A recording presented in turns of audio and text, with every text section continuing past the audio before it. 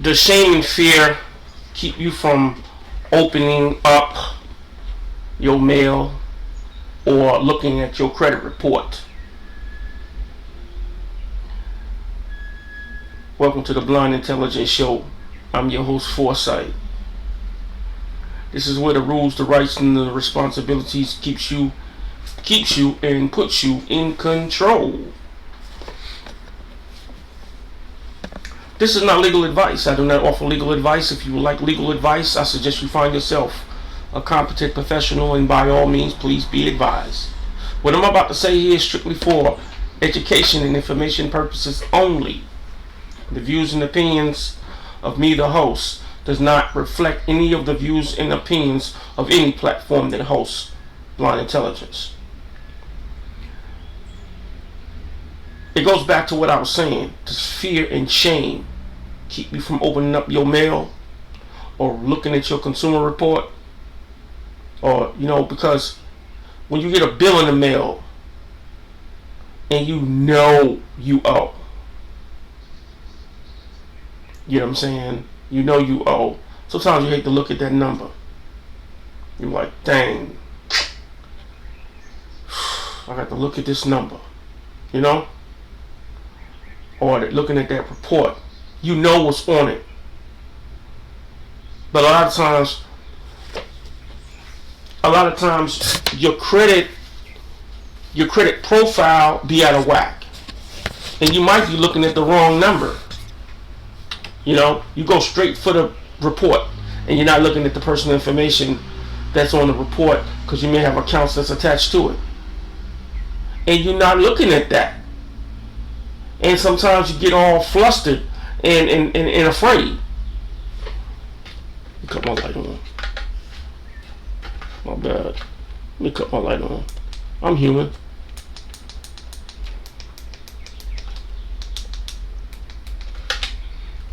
Yeah. But you get all flustered and afraid. So, you get flustered and afraid because opening up that mail can be, hey, especially when the money ain't there. And you know the money not there. You know your money's not there before you open up that mail. That's why you're afraid. Hey, look here. Let's talk about it. Let's talk about it for a minute. You know that the money for you to pay these folks isn't there because you didn't took care of your social, not your social, but your immediate expenses. Bills, whatever. You know what I'm saying? All your immediate expenses. And you know that the little money that you do have left over, that has to be something that, has to tie you over until you get paid. You work from paycheck to paycheck. Or like I said, you may not be working from paycheck to paycheck. You might have, it's just not enough left over in order for you to pay that bill. And a lot of times, we get shamed because, we're the one that's in control. You're always being the one to pay your bills. You're always the one to pay on time, pay it out in full, and make sure you got the highest credit score and you're doing all the right things. But then when hardship happens, it sends you into a frenzy. Oh, I understand. Trust me when I tell you, that happened to me. That happened to me. I'm not ashamed. I had to get assistance with helping me, with my bills. Because like I said, sometimes you get overwhelmed, especially when you're dealing with debts. Being in debt is crazy. A whole bunch of stuff goes on when you're in debt. But a lot of that stuff be in your mind. How folks gonna look at you? How you looking at yourself? You know what I'm saying? I'm telling you, it happens, and I know because it happened to me. I'm not afraid to share with you that when you are a responsible person, and you fall on hard times, you are afraid to be looked at. You're afraid that the way people look at you may change. Let me say it like that. You're afraid. Just keep that real. You know what I'm saying? But see, the thing about that is this. Everybody falls on hard times. Not just you.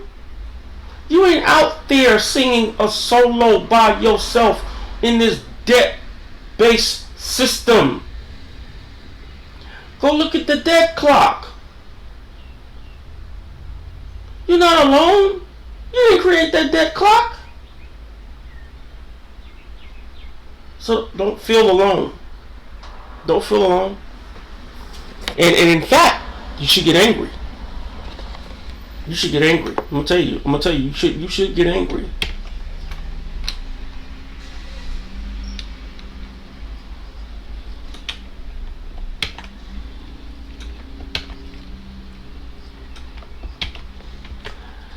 Don't blame yourself, because a lot of consumers blame themselves.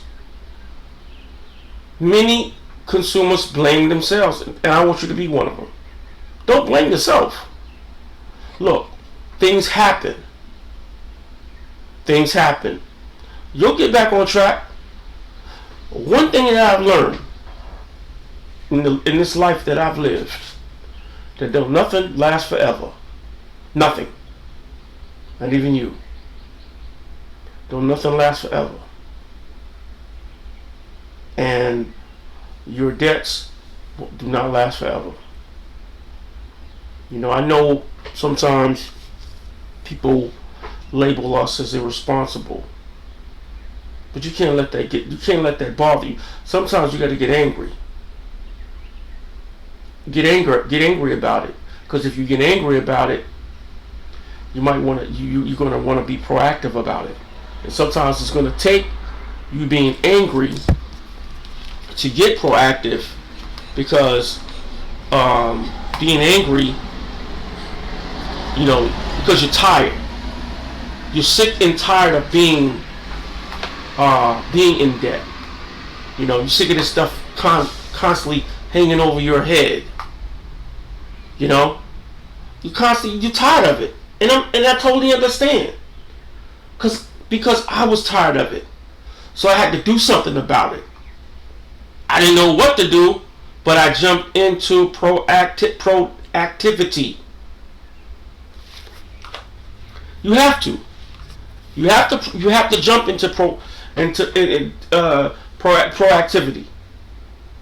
Because that's something, if it takes for you to get angry, you know what I'm saying? That's going to be a way for you to move, because that's going to be something that you're going to eventually have to deal with. You're going to eventually have to deal with it. So instead of it coming to you, you need to go there, because they're going to send you letters. They're going to send you letters. It's going to go into 180-day status, and then you're going to get these debt junk bodies going to come after you. Okay? Look, I'm not advocating for you not to pay your debts. But if you can't pay it, I would rather afford to go into 180 days and let the debt collectors pick it up.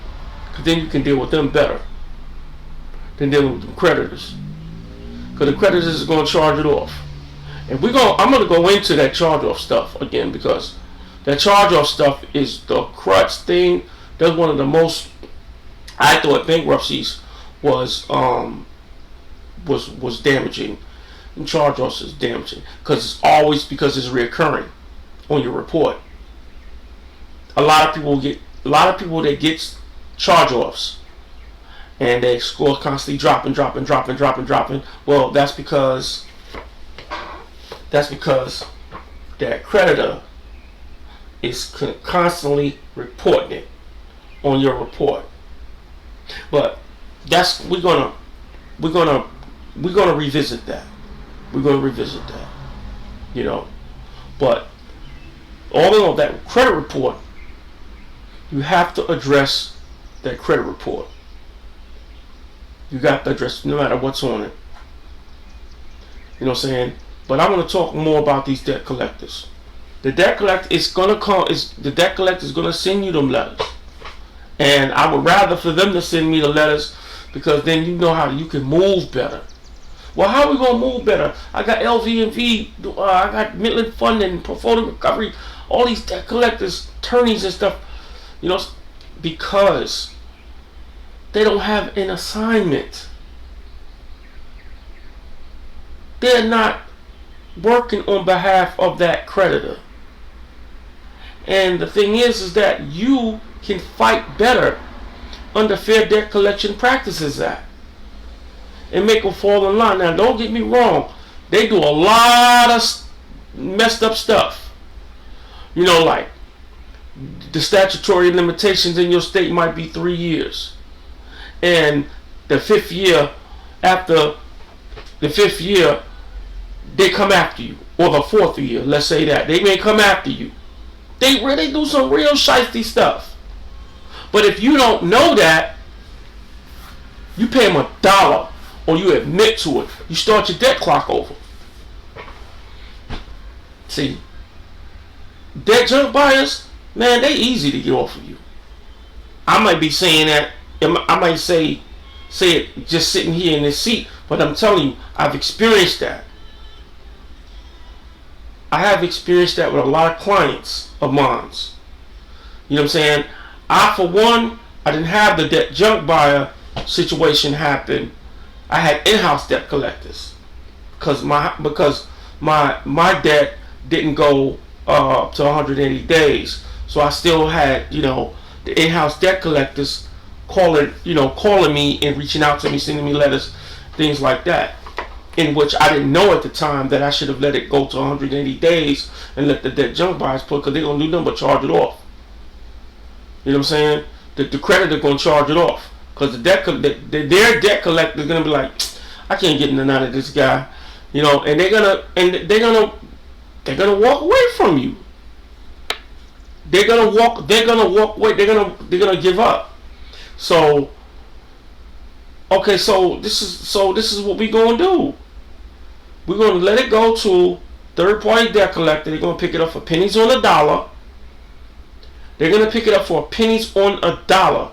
And when they pick it up for pennies on a dollar, boom, they're going to come after you. Yeah, let them come. Send me a letter. I'm going to address it. Under the Fair Debt Collection Practices Act, you have, until you validate this debt, cease and desist all communications. ALL. Until you can validate this debt, you only correspond with me through the mail. This is how you get them. You don't play. See, they don't have no contract. They ain't got no contract. They ain't got nothing with your signature on it. They don't have the They don't have no assignment from your creditor. They just pick this stuff up. Okay, so now what? Now they're gonna send you a whole bunch of invoices. Man, I can call the creditor and get that. And then a lot of the invoices that they send you, they be sporadic. You might have May. Let's say you owed it like owed them for let's say for 2 years. And the creditor, charge it off, whatever. Let's say you just go for 2 years. Thing might be sporadic. It might say it's May, August, September, November. They're gonna send you all different types of invoices. But the thing about it, invoices is not consistent. That's not proof. And don't fall for it. Don't fall for it. I've had a lot of clients paying these debt junk buyers because they don't know. And I understand you don't know. I understand you don't know because they don't teach this mess nowhere. This stuff ain't taught nowhere. Nowhere. No, maybe I need to give some classes on this, because this right here needs to be taught. Maybe I need to give some classes on this. Leave me a comment. Tell me what you think. Do you think I need to give a class on this? We could do like a Zoom class or whatever the case may be for, small little fee. For me, I'll charge $25. You know what I'm saying? I'll charge 25 because I'm going to give up some very valuable information.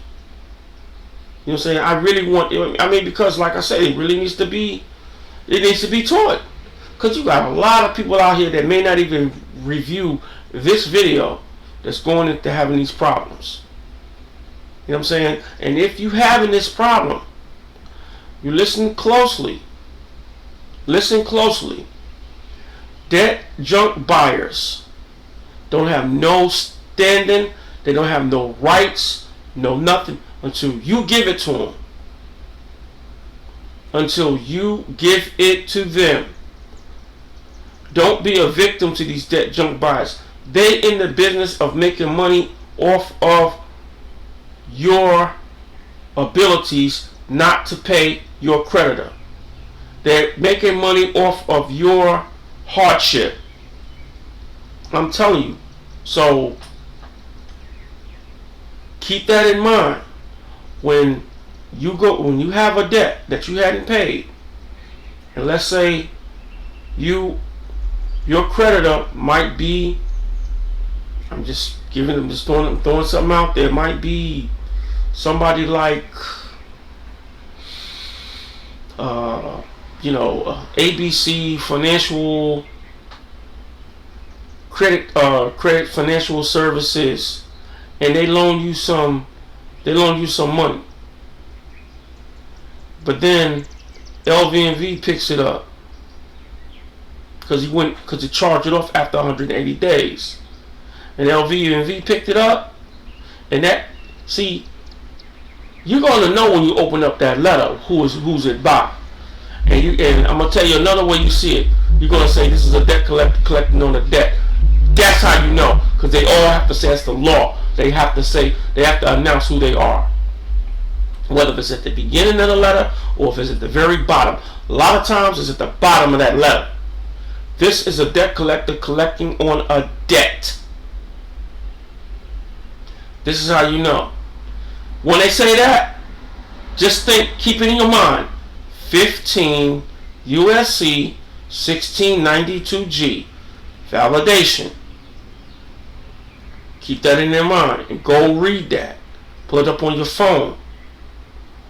I'm telling you need to pull it up and read that. Read that thing to its entirety. If you don't understand some of the words, look them up.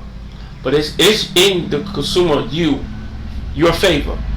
You are the consumer, and it's going to be in your favor. So don't allow these debt junk buyers to try to swindle. They gonna call you with all kinds of. They gonna call you, hey, how you doing? You give an example. They call, hey, how you doing? They gonna call you like they know you. They might even call you by your name. Hey, is this hey, how you doing, Miss? How you doing there, Mr. Doe? You doing all right today? Yeah. And you be like, yeah, man, I'm doing good, man. How you doing? Because it's going to be so calm and you're not knowing. Say, man, ask you a question. Do you owe X amount of... And there you go, open it up. I'm telling you. You open it, I'm telling you, you split open like like when Moses split the Red Sea. You open up. Like Moses split the Red Sea, you gonna open up too. I'm telling you. You gotta be very, very careful when you're on that phone with these debt junk buyers. Yo, is this Mr. Doe? Hey, Mr. Doe, how you doing? Yo, who this? You call my phone. Who is this? I want to know who is this. Oh, I'm with LVNV, blah, blah, blah, portfolio recovery or whatever debt collector. debt junk buyer. And it's all you gotta do is hang the phone up. Click. Hey, is this Mr. Doe? Who is this? Don't even say yes it is. Don't say yes it is. Say, who is this? And announce who they are. Hang the phone up. Hang the phone up. I'm telling you. You do that. Now I know that don't sound right, because you figure you owe this money. But don't let your emotion and your nobleness pay their debt. Because you don't owe a debt junk buyer. Know what your rights are. Because a person that don't know what their rights are has none. Know where you stand at. Know where they stand at. Who is your creditor and who is the debt junk buyer? Those are two different names. They're not together. They're not even working together. The debt junk buyer is going to lie. They're going to say that they're working. He's calling on behalf, but he's not. And I don't care if it's a debt collector that is working on behalf of that creditor. He still got to fall under the 15 USC 1692G, and that's a fact. Because here's the deal: the reason why you don't know who they are. Your creditor may be ABC creditor. This is debt collector ABC. Well, under 15 USC 1692G, you have to validate this debt. That's even with a debt collector that is legitimate. They still got to fall up under that. So, regardless whether it's a debt junk buyer or a debt collector or a legitimate debt collector that is working with, that does have an assignment with that creditor, you still make them validate. And I can guarantee you this: you will not fall into these tricks and traps. You'll be more in control. You know what I'm saying? You will be in more control of your finances and of your situations. And you'll have more confidence in your abilities to fight.